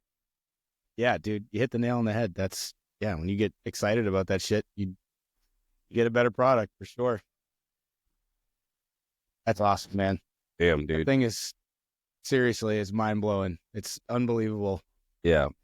Yeah, I've seen a lot of what you put out there, like the different pieces, but to see it all like sitting together like that, you really get a better picture. You're like, holy shit. That was the first time we saw it together. I asked Rick, I was like, you got time? Because, he agreed to come take photos of it for the update for the Built Well People's Champ. Yep. And, I pretty much just like told him, I'm like, dude, you got some time? Because like, I want to put this together like while you're here. You know what I mean? So we saw it together for the first time, and I think it'll be a lot different when it's on the ground too. That was like another reason. Like, I don't know. I don't really like mocking up my bikes that much. Like I like being shocked when they come off. Like most bikes I build, you have an idea how they're gonna come out. So I'll just build usually the rear section on its whole other like table, and then Yeah. I'll usually finally see it when it goes together, like final assembly. Like the bike behind us, like I built that. I just built the rear half of the bike and then got it painted because I knew, obviously, what a front end looks like on a motorcycle. So I knew I was going to sit. So I like that, shock when you get it off the lifts for the first time and you're like, yeah. I can do that, dude. Yeah, I'm way too neurotic for that shit, dude. My bike's sitting in a roller right now. It's not even. Yeah, I put the whole thing together, and then I'm like, I hate this fucking thing. Yeah. Yeah, shop for Legos, man. That's what dude. So do you have like a pretty good idea in your head of what it's going to look like, or you just, cool. I have like a pretty good idea, but like I said, I want to be shocked like when it comes off the lift. You know what I mean? When the wheels are on it and everything's done and you're like putting fluids in it, it's coming off the lift, and you finally really see it for the first time. I feel like that's and it trips you out too because like you're starting to put everything together and you're like, why is everything going so fucking weird? Am I an idiot? Like what's the everything? But you have to forget that everything is going to be 3 feet lower. So like it's just hanging like at 5.5 feet in the air. It's only going to be like 7 inches off the ground in the end. So you really see it on the ground, then it's like, okay. Yeah, you kind of need to sit on it, even. You know what I mean? Like you have to lower down, sit on it, and be like, oh, this is. Because when you look at it from the side, you're like, oh, that looks cool. But then you sit on it, and you're like, these fucking bars suck, or like this front end is way too low. Yeah. I'm definitely gonna have to sit on it for the controls. Yep. But I think bars are gonna go in the direction they go in. Yep. It's gonna look. At the end of the day, it's a show. It's gonna be a show bike. I will ride it to shows and stuff like that. But I'm not gonna have like. I don't plan on like tents getting strapped to this bike. You know what I mean? Yeah. Like, right. So, and the other, my house really needs a new roof, so I might have to sell this thing. I've needed a new roof for 10 years. They hold out pretty good. Until they fucking don't. I said, when I was buying the house, the inspector was like, you need a new roof right now. And I was like, well, let's just wait until the water comes through. We'll see how it goes. 10 years later, decade. Oh, shit. We're going to put 2 roofs on at the same time. Yeah, I definitely need a new roof. So I'll probably you can probably live with some buckets throughout the house, catching the water or whatever for a while. The high school I went to for my entire tenure there, all 2 years, 2.5 years. There was just water coming through the roof, and they had buckets in the classroom. And asbestos tiles. Nice. Every once in a while, you'd be like in fucking English or whatever, and one would crash down behind you. They're like, "Don't touch it; it'll give you cancer." Ugh. So for the timeline here, so we have when this motherfucker drops, voting starts. It's Friday, Saturday, Sunday for the final 6, right? I think so. Yep. Yeah. Isn't it the 6th to the 9th? Yeah. Yeah. Oh, 6th through the 9th. Okay. Maybe. So yeah, Friday, Saturday, Sunday, and then the show is in June, mid-June, is it? I think so. Yeah. So you have what from 6 months? Actually, that's quite a bit of time. Yeah. Yeah, I have a lot of stuff to do in that amount of time. So yeah, like that's a substantial amount of time for what I need to get done. But I also have like this dude Sportster that's here that I like. Yeah. If you were doing this show full time, it would be no problem. But you have no problem. But just getting in the way. Yeah. All that life shit. Yeah, there's only so many hours in a day. What goes on? Like I'm fighting my car. Like my daily driver's acting up, and like what's going on with the Mighty Max, dude? think I got fuel pressure issues, so I got to trace that down, or I got to do a compression test. I think I'm fearing, but I'm getting some. Damn, dude. So the truck that my other truck needs a little bit of work before it's ready to drive all the way to California. So I figure, worst comes to worst, I'll just start driving that daily and work out all the kinks.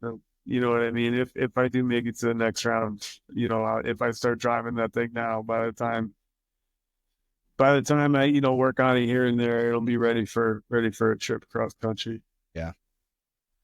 But that might max. I'll have that thing forever. I'll put a new motor in it or something. Oh yeah. Yeah. Dude, that thing is so fucking cool. Evo, baby. Yeah. I was thinking the old Eagle Talon motors. I think guys throwing those, like the old turbo. Okay. Oh no shit. Oh, Yeah. man.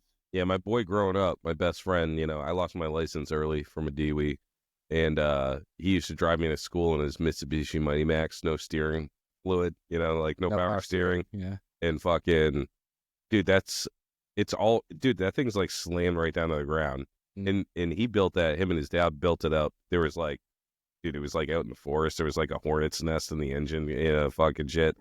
But what a cool fucking truck, dude. Those things are Yeah. awesome. Keep it going forever. Hand it down to children. That's the plan. I mean, just that, like, early 90s was just like a perfect time for those too. Like, they're just so reliable. Well, they're usually, I mean, here we're talking about my truck, but I mean, I don't know what happened with cars, but like, I feel like back then you could just like wrench on them and like, Yeah. fix them. What's up with the mini trucks? Do we need some mini trucks now that you can't get? Come back. Littlest truck you can get is fucking humongous, It's insane. A Toyota Tacoma. I think like that's the last standard truck you can buy now too. Is a Toyota Tacoma. Tacoma, yeah. I think that's the only standard truck you can buy now, which is like $6,000. Yeah. Oh my god, yeah. For a TRD package. The last thing I want to do is spend money on a fucking something that I need to have. You know what I mean? Yeah. But I hate that. Yeah. Yeah. But Cars suck. oh, Motorcycles, though, you only buy motorcycles that you want. Cars, you're like, oh, I have to get something reasonable. Like Right. get something with good gas mileage or something. Motorcycles, you just buy whatever the fuck you want, no matter how stupid it is. Yeah. yep. But I mean, these aren't real problems. Yeah. You know what I mean? Champagne problems. For sure. Yeah. For sure. Yeah. So you get that thing figured out, and oh no, I got another truck. I can like, it's fucking ridiculous. I'm very fortunate. That's Yeah. not trying to complain. But also, I mean, I feel like that I had a good run of where everything I owned was $1,500, and I got away from that. And then that's when shit started getting fucked up. Yeah. I think I need to go back to 1,500 or less. Hey, bro. Change my gram to like $2,000 a band or something. For real, dude. I had the same thing, dude. All growing up, my whole life, it was I would not buy a car that was more than $1,000, and I'd run them right into the fucking ground, and then you just buy another one. You never have to work on them. For the price of a set of tires, I could go get a whole new whip and go. Oh, yeah. Yeah. Yep. I don't like payments, so I do everything in my power to avoid them. Oh yeah, dude. Car payments fucking suck. Yeah. Dude, bike payments are the worst though, because Yeah. when it's February and they're like, "Hey, can we have $250 for that bike that you fucking finance?" That's why I got rid And of you're like, "I haven't ridden this thing." Yeah, dude, you got to get rid of that shit. Yeah. Bike payments. I used stupid. to push that fucking thing. I had a brand new 2020 Softail. I used to push it outside and let it snow on it, just so I could work on the Sportster. Which one did you have? Did you have the orange and black tag one, or did you have the red, white, and blue tag? I had the all black. It was the they call it Softail. It was the base model one. I forget exactly what. Like the slim or something? It might have been. I don't even think it was the Slim. That's the FXBB. It was Damn. I know the Well, no, What do you work for Harley? Yeah, no, just when I was looking at them, I wanted that one, but they wanted like, I don't know, it was like fucking $9,000 more for that one, and it was like, oh, this one has fork gators and the wheels are black. It was like the same fucking thing. The standard, Softail standard, that's what it was. Yeah, like base model, but it was M8. I love that thing, but I was working on the Sportster at the time, and I didn't have enough room, so I had to push that fucking thing. It sat outside like for a whole winter, and then my neighbor bought it.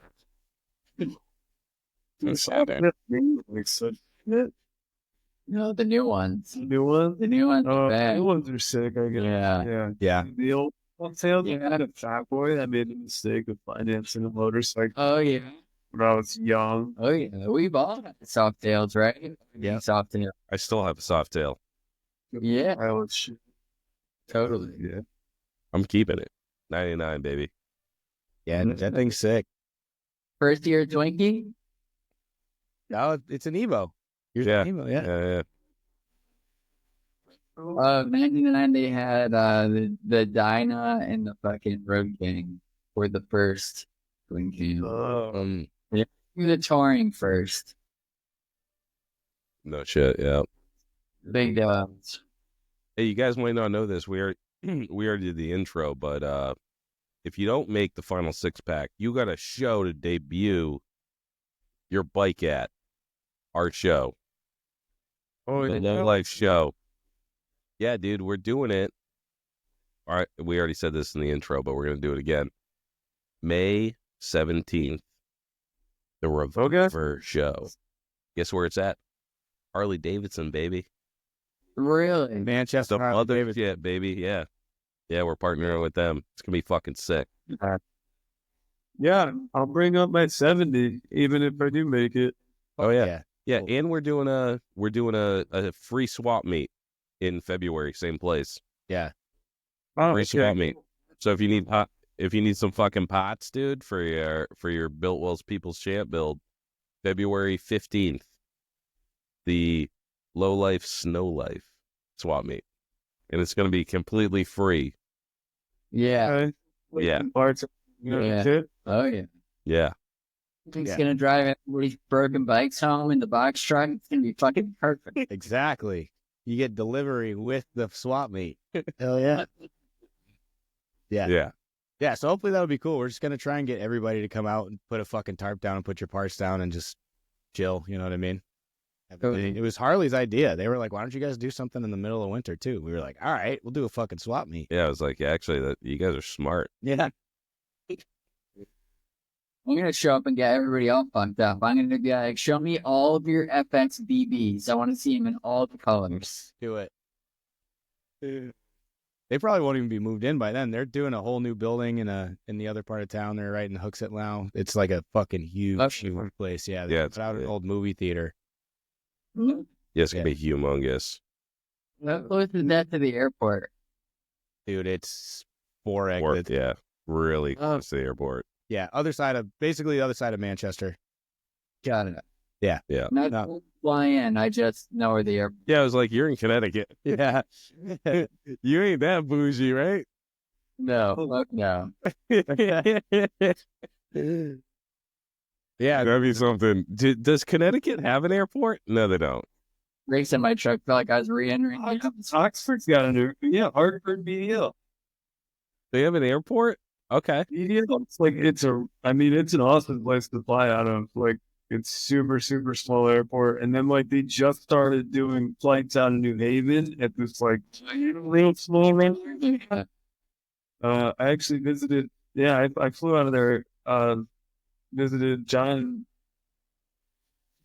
South Carolina. That was an interesting flight, but yeah. What, do they have like the little tiny plane? No, they're full size. Fly out private size, like airport. They're like, we're going to have to go really fast to get off this fucking runway. Yeah. Yeah, you check in like a trailer. It looks like it was like a small private airport, and they were like, we're gonna start flying commercial. Like, What's the biggest airplane we could? Yeah, thanks for the phone. It's a good. fucking wild.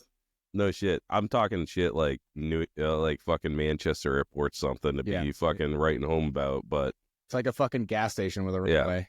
yeah, it's like a Circle K, but they launch planes. Yeah. Yeah. They do have a smoking lounge still, though, if you're into that. Oh, really? Oh, yeah. I think it's like the last operating smoking lounge in an airport. It's like they're in Detroit. Yeah. That's Line in. That's not, I don't even smoke anymore, but I still go to the smoking lounge. Just, Hell yeah. oh, yeah. Feel a whiff of the 90s. Yeah, just breathe in 15 people's butts. Mm-hmm. You wait for your flight. vote for Chris. That's what we want. Vote for Chris. Yeah. I want to see Chris in California with his feet in the sand, high as shit. Like a year and a half, no, 2 years ago, like 2 years ago. I remember when I first met you, you're like, listen, we are winning. We have people shit next year. I'm like, okay. Hell yeah. Hey, dude. You got our full fucking endorsement, and we also committed to going out to California if you get out. No, That's that's so sick, man. I'm gonna be so hyped. yeah, we're all fucking A lot of people Yeah. say they're gonna We'll be there when you win it. When you win it, me and Dan will be there. We'll hoist you up on our shoulders and sing "He's a Jolly Good Fellow." Oh, yeah. I'll be there. I'll be on your shoulder. I'm always gonna sign his forehead and I everything. won't have to. Yeah, I won't have to sell my bike to buy a roof. No shit. Go, dude. Yeah, fucking Rick, you got to do your own episode. You've done 2 cameos, but we need you full screen because you've been up to so much shit. Yeah, dude. We have to get you on. Oh, Yeah. If you want to hear about the dumbest shit humanly possible, I'd be more than happy to sit. We'd love to hear it. Yeah, dude. We'd love to hear Or it. shit. Yeah. this year you hit what? How many states? 46. Oh my god, dude. Fuck. Year. Yeah, we got Just this year. the 2 last months. I haven't seen that many in my lifetime. Yeah, me either. It's been fucked. I'll tell you exactly how close you could slice it without losing everything. Look this whole thing up tomorrow. Look it up tomorrow. All right, guys. I fucking super appreciate you guys coming on. Again, if you're listening to my voice right now, look at me. I'm going solo on this one. Bill Wells People's Champ voting starts today. When you're hearing this, son, go over there and vote for Chris Johnston, Oxford Co. Choppers. He deserves it. You know you love the bike. Yeah. I mean, every single piece of that bike is sexy as fuck. Did you see anything you didn't like? Fuck no. Did you see anything you didn't like, Dan? No. No, I did not. It's beautiful, and he deserves it. And I want a free trip out to California. We're gonna stow away in the truck. Yeah. That's how we're gonna get out there. You're gonna start walking there tomorrow. Well, we roll the bike out so make room for me and you. Yeah. You need some roadies, dude? Oh, dude. I want to do that since I was. Oh yeah, You guys should all train right up. dude. People fucking take trains. I just learned about this because like my fucking aunt or some shit, she's terrified of flying. Mm-hmm. So she took a train. She lives in California. She took a train from California to Rhode Island. And I was like, fucking how? Is that? I didn't even know there was an option, dude. Yeah, no shit. Like commercially. Wow. It must be like connected Yeah. to like some freight trains or something. It has like coal in the back or something. Yeah, maybe. See, She did get COVID and had to stop in like Indiana or something. And she was like going to die. Oh, shit. That's bad to work. how long? Do you know how long that train ride would have been? Oh, dude, it must be like a fucking week. It's gotta be. I was Yeah. gonna say, I think my buddy Mike, he used to take the train because he hates flying. He used to take the train down to like, I think Georgia from here, Connecticut. And he said sometimes it would take, I think like, I'm probably fucking this up, but he'd say like sometimes it was like a 3-day thing. Oh, yeah. Yeah. Bro, dude, Yeah. I took a fucking Greyhound one time from Florida to New Hampshire. And it took 4 days. And it was the worst 4 days of my fucking life, dude. Fuck that.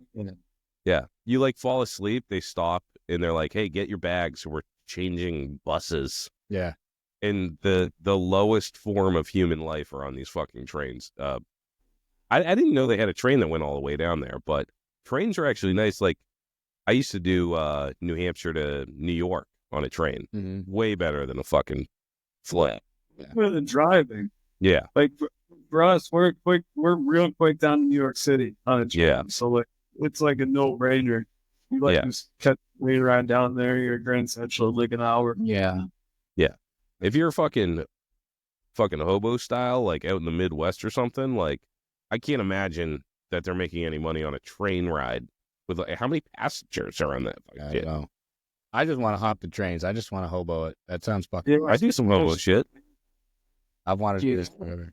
Screwdrivers and a couple Kias away from getting to California at any given moment. So Dude, actually, that'd be great for the pod if we did if we rode the trains all the way out to Born Free. We'll just live stream it. Yeah. See how many sternos we could drink. If I can take that much time off work ever. Yeah, I was gonna say it'd be fun. Like after the first 2 days, you'd be like, "Yeah, we got to do this for like 9 more days." Yeah. Oh yeah. We'd be like, Just like- you go sit over there. Yeah, you go sit over there. I'm gonna go sit over here. Yeah. Talk to you tomorrow. Yeah. How many times have we jerked off this train trip? Yeah. We're 2 weeks in. Hey. All right, guys, stick around. For everybody else, go fuck yourself. Thanks again to Chris, the future Built Wells People's Champ from New England. Represent Northeast, baby. We're going to take a quick break here to hear from some of our lovely sponsors. Up first, we got Steve over at Deadbeat Customs. Steve's all about grassroots motorcycle riders. Take it upon themselves to build and customize their bike. They offer parts for all Harley-Davidson models and also offer custom parts for choppers, bobbers, trackers, cafe racers. When it comes to building custom motorcycles, they carry the best brands available. Go visit their brick and mortar store in Tewksbury, Mass, or at deadbeatcustoms.com. Remember to enter code Lowlife at checkout to save some money. Next, we got Lowbrow Customs. Tyler and his team not only work hard to supply motorcycle enthusiasts with cool parts from small shops all around the world for over 20 years, but they also keep innovating and creating new parts and accessories, getting them out on the road. They are the #1 source for custom and chopper parts for your motorcycle. Go visit lowbrowcustoms.com. Next, we got Stay Strong Co. John Luke has been sent down from the heavens to bless us lowlifes with the greatest hot sauce on this mortal plane. Sweet heat baby Jesus in the white pants heralds a message from God himself. Don't put this on your butthole. It's for your mouth. The shits, and the hotter than hellfire lowlife chopper sauce. Go to staystrongco.org today and grab yourself the holy trinity of hot sauces. Next, we got Oxford Code Choppers. Chris, the original bad boy Bombaclop from Oxford, Connecticut.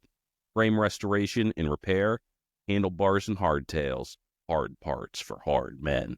His hardtails are TIG welded and installed in-house. Made from USA-made steel, he is your man for the hardest shit to hit the East Coast since Hurricane Bob. Find him on Instagram at oxfordco.choppers. Thanks for listening to our sponsors. It's so fucking awkward when you have it pre-recorded.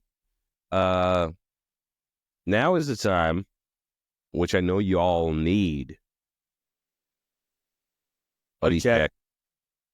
Nailed it. That was not fucking planned. That was beautiful. That was baby. fucking good. Buddy check. Yeah. Check on your people. Yeah, same as every week. Check on your people. There's a lot of shit going on. People are fucking hurting. Holidays, dude. Holidays are tough. Check on your folks. Make sure everybody's good. Make sure everybody has somewhere to go for the holidays. Make sure everybody's taken care of. And reach out to us if you need us. We're here. Yeah. Yeah, dude. I don't know. I don't know how it is. I don't know how it is not like the holidays for me. Christmas is tough a little bit. You know, I'm gonna give a shout out to my boy G. He passed way too soon. I got a Christmas ornament with my mans on it. I know 100%. Now, me and him did everything together.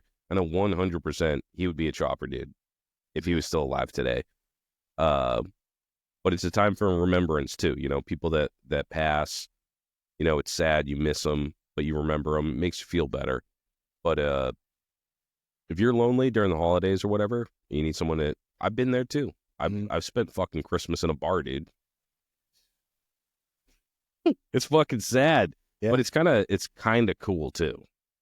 You know what I mean? I suppose. Feel like you're in that. But you don't want to do it every year. Yeah, you feel like you're in that holiday movie. You're like the successful business guy who squanders away his family for business or something. Yeah, but not every year. You know, check on your people, especially this time of year, especially in the Northeast. It's fucking cold. It's fucking depressing. Yeah, there's holidays. Reach out to us if you want to fucking talk, dude. You got something you got to get off your chest. You just want to fucking talk about it. I don't give a fuck. Yeah. Dude, I'm a dude to confide in. Dan's a dude to confide in. We're here to listen. But check on your mans. Make sure they're good because, you know, fucking dropping like flies. Don't wait. Yeah. Don't wait. You don't want to get that phone call or that text that you waited too long. Yeah. Trust me. So check on your people. Yep. And one more, you know, shout out G. Christmas morning, baby. 2011. An iconoclast. I could do a whole episode on this dude. He's one of those dudes that he was he was living in 2025 when we were living in fucking 2005, you know? Shit. He was just like one of those dudes. You'll never forget him. Made an impact on my life. Like he was so fucking cool and funny that I tell my children about him, you know, like he was that kind of guy. Those are the kind of guys that go, you know, too soon. For sure. But yeah, man, buddy check. Go check. Just text. Hey bro, how you doing? Yeah. Nothing wrong with that. Texted K-Dog this morning. Hey dude, you still above ground? I haven't talked to him in a while. I haven't seen him in a minute, man. He's been working his fucking balls off. Good for him. Killing him. But or bad for him. Yeah, I don't know. He's young. He got a strong back. Yeah. He can take it. He's 30, 31. He's getting there. Oh, he's in his 30s? Yeah, he just crested 30 this year, I think. Fuck, you're an old man, dude. You got gray pubes and shit. You ain't even married yet. Motherfucker, you need a wife. Oh my God. You need to get wifed the fuck up, dude, before that dick stops working. Christ. Dude, I don't know how you don't have a wife. You died and came back to life. You're Lazarus. You're fucking... I'm going to tell Kevin not to listen to this episode. Just turn it off after the interview. All right, we do have... I actually have some money because I won. I've been winning when you were away, bud. Mm-hmm. I heard. I don't have the CeeLo cam, though. All right. I don't have my shit. But you're going to have to trust us on this. We got the fucking Born Again Choppers Die. $5 game? $5 game. Oh, dude. Is that going to be our... You're going to get some extra fucking... You looking to get some extra Christmas presents? Yeah. That $5 really helped. I just turned my 5. I just broke my 5 into a bunch of ones, but... All right, here we go. $5 game. And change. I won last time, so I get to go first. Correct. Then do it. Hold on. We're going to do the CeeLo cam like this. With this beautiful lady in the shot. All right. Here we go. For all the ducats. Fuck off. You son of a fucking bitch. Unfucking real. Dan? That roll did land on that camera too. So the camera witnessed that whole fucking... That's the only dice it can see. Unfucking believable. That I didn't get a chance. Dude. Unreal. 4, 5, 6 right off the rip with the most dramatic that thing, drop that ever. Thing was spinning, dude. That thing was spinning for a while. Congratulations. Don't spend it all in one place. Dude. Oh, yeah, that feels good. It feels good to win. I love gambling when you're winning. There's no other thrill quite like it. I definitely can see how people get fucking addicted to it. For sure. I've never been one of those people because I always run out of money, and I metaphysically can't gamble anymore. Right. I still would, but I don't have anything of worth of value. Yeah, I get way too stressed out about losing that much money in a casino. I've only been twice. Yeah. I like these $5 games though. Yeah. It's more Sure. exciting. Definitely. All right, man. We're shutting it down. Until next week, low lives. Roll the dice. Get in trouble. Have fun. And never stop chopping. Bitches. You fucking bitch.